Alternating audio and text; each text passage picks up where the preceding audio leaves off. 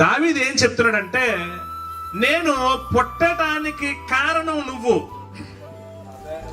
నేను తల్లి గర్భంలో పిండంగా మంచిగా ఎదిగానంటే దానికి కారణం నువ్వు, నా శరీరంలో అన్ని అవయవాలు ఉన్నాయంటే దానికి కారణం నువ్వు.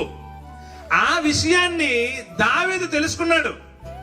నేను దేవుని దయ వలన ఈ భూమి మీదకి వచ్చాను, దేవుడు నన్ను నా తల్లి గర్భంలో ఉంచాడు, మా తల్లిదండ్రుల దాంపత్యాన్ని ఆశీర్వదించగా నేను నా తల్లి గర్భంలో పిండంగా రూపుదిద్దుకున్నాను.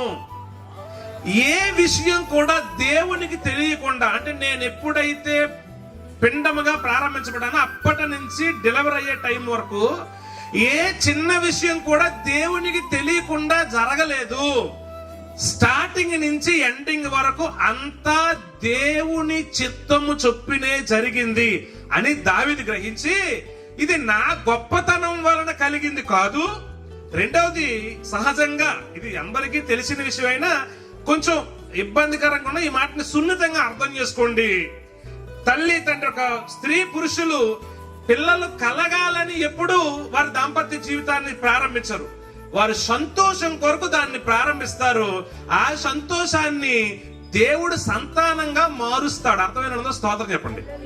రైట్. ఇప్పుడు దావీదుకి ఏమర్థమైందంటే, దేవా నేను భూమి మీదకి వచ్చానంటే దానికి కారణం నువ్వు.